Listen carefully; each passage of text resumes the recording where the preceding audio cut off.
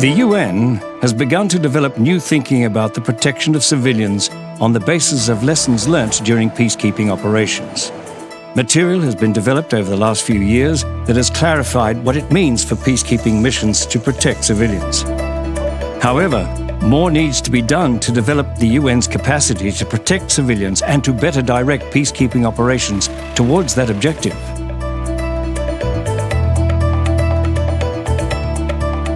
Has the world learned how to protect civilians in the face of this entirely new ideological warfare that is targeting civilians? No. It needs political creativity, thoughtfulness, and practical ways of protecting civilians. Peacekeepers are faced with tough decisions when it comes to the protection of civilians, and they need clarity regarding their roles and responsibilities in the field. Training based on lessons learnt is now being rolled out to support peacekeepers, both pre-deployment and in mission. This training helps build a shared understanding of protection. I guess it really comes to ensuring that all people engaged in providing assistance in an emergency situation have a shared understanding of the concept of protection of civilians and understanding their role in it. So I think we go back to the issue of training. It is key, because soldiers will always behave on the ground the way they have been trained. There's general training, but there's also very specific mission training, because a mission in Darfur or a mission in Liberia or a mission in Haiti is different from a mission in Congo. In addition to training, many innovative practices have developed over the last decade. Some successes have been achieved through the willingness of peacekeepers to do their utmost. There are so many horror stories, and the horror stories really make the headlines. But it's important to also be attuned to some of the success stories, albeit modest. Some of these success stories really show that protection and prevention is possible. Protection really is dependent entirely on the situation on the ground. The type of protection work that you're doing in Darfur is different to the type of protection work that you're doing in the Eastern Democratic Republic of the Congo, and is again different to the protection work that you're doing in Somalia.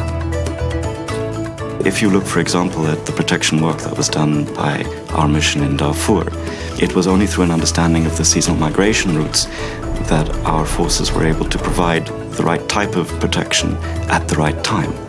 We were not expanding resources protecting routes during the non-migration seasons, but we were able then to assist during the migration seasons. So it's that type of innovation which is key and which is entirely context dependent. When POC is in play, the question we should ask is, yes, they are protected because we are here. What will happen when we leave? The UN one day will fold its umbrella and get out of the country, and the protection of civilians would have to continue. It is the responsibility of the host state to provide protection for its citizens. The last decade has seen a clear improvement in the tools available for the implementation of protection of civilian mandates.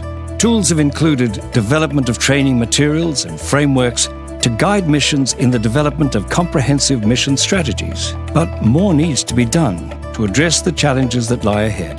Peacekeepers and other UN actors on the ground have demonstrated their determination to develop new and innovative practices to respond to these challenges.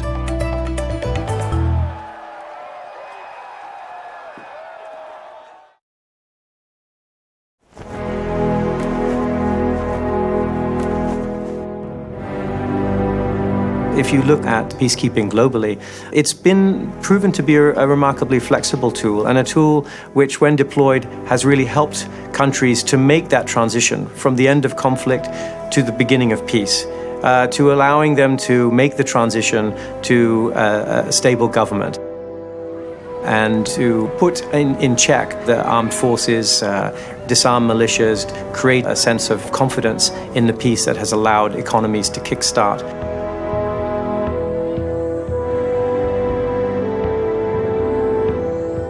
I think, Sometimes we get fixated on the resolutions from the Security Council, the reports, the meetings, the conferences, but obviously the real measure of success is that civilians feel safer in their day-to-day lives. We don't just measure conflict in conventional hard security terms of bullets, bombs and blades, but we actually measure it in terms of whether a woman can safely get to the market, or whether a girl can safely get to school, whether civilians can go about their daily lives with a sense of security. That has to be our ultimate measure of success.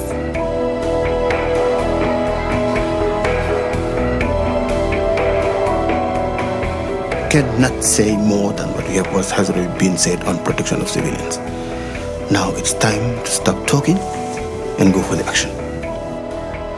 And the action is on the ground, not in the offices, not in the buildings.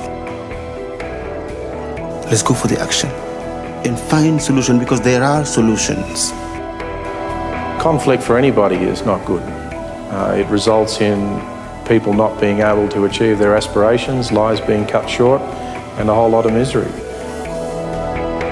Civilian population is what defence forces exist for, to protect their way of life, to protect their freedoms, to protect their right to be able to speak out and practice and do what they want to do.